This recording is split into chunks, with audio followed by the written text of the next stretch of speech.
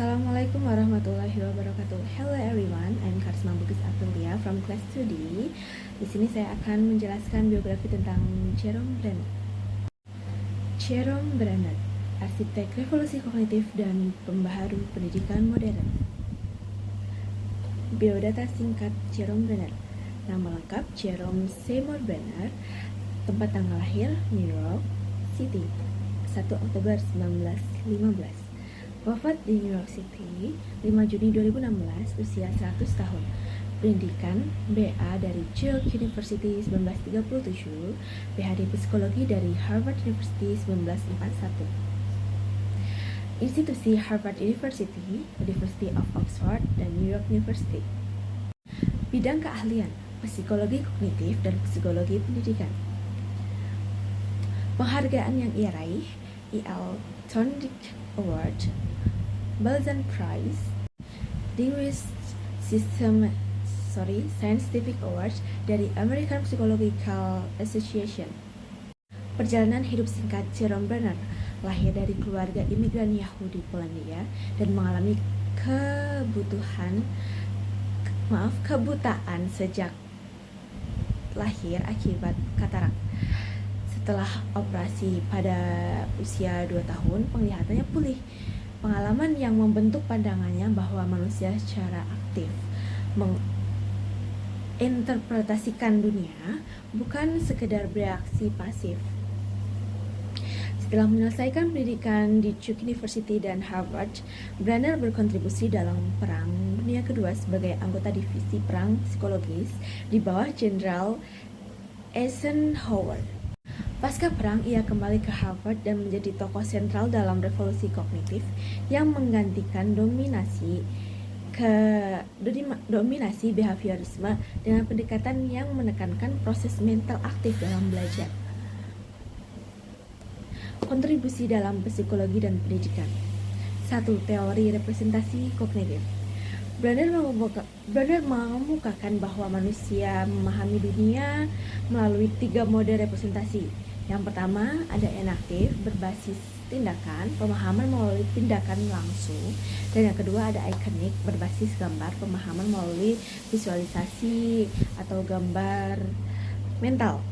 Yang ketiga, simbolik, berbasis bahasa, pemahaman melalui simbol dan bahasa.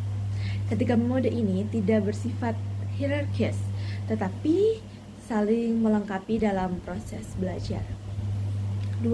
Scaffolding dan spiral curriculum. Brenner bersama David Ward dan Gail Rose memperkenalkan konsep scaffolding, yaitu dukungan yang diberikan oleh pengajar kepada siswa untuk menyelesaikan tugas yang awalnya berada di luar kemampuan mereka. Ia juga mengembangkan spiral curriculum, pendekatan pengajaran di mana materi diajarkan berulang kali dengan tingkat kompleksitas yang meningkat, memungkinkan siswa membangun pemahaman yang lebih dalam seiring waktu. 3. Discovery learning dan konstruktivisme. Brenner mempromosikan discovery learning, di mana siswa secara aktif membangun pengetahuan melalui eksplorasi dan pemecahan masalah, bukan sekedar menerima informasi pasif dari pengajar. Pendekatan ini menekankan pentingnya ketertiban aktif siswa dalam proses belajar. 4. Program Head Start dan MACOS. Sebagai arsitek utama program Head Start pada 1965, Brenner berupaya memberikan pendidikan prasekolah bagi anak-anak dari keluarga berpenghasilan rendah. Ia juga mengembangkan kurikulum Man A Course of Study atau MACOS yang mengintegrasikan antropologi, psikologi, dan sosiologi dalam pendidikan dasar, mendorong siswa untuk memahami perilaku manusia melalui pendekatan interdisipliner. Selanjutnya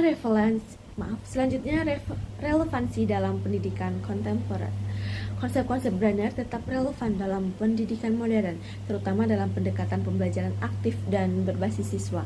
Di Indonesia, implementasi kurikulum merdeka yang menekankan pembelajaran berbasis proyek dan eksplorasi mencerminkan prinsip-prinsip discovery learning dan spiral curriculum yang dikembangkan Brenner. Selain itu, pendekatan scaffolding digunakan dalam pembelajaran diferensiasi, di mana pengajar menyesuaikan dukungan sesuai dengan kebutuhan individu siswa, memungkinkan mereka mencapai potensi maksimal. Closing. Jerome Brenner adalah pionir dalam mengubah paradigma pendidikan dari pendekatan pasif menjadi aktif dan konstruktif. Melalui teori-teorinya, ia menekankan pentingnya peran aktif siswa dalam membangun pengetahuan dan pemahaman mereka sendiri. Wawasannya terus memengaruhi praktik pendidikan di seluruh dunia, termasuk Indonesia, dengan menekankan pembelajaran yang bermakna kontekstual dan berpusat pada siswa. Okay guys, maybe until here, and thank you for your kind attention. Semoga bermanfaat apa yang saya berikan, informasi tentang biografi Jerome Brenner, dan maaf apabila ada kesalahan dalam tutur kata. See you next time. Wassalamualaikum warahmatullahi wabarakatuh.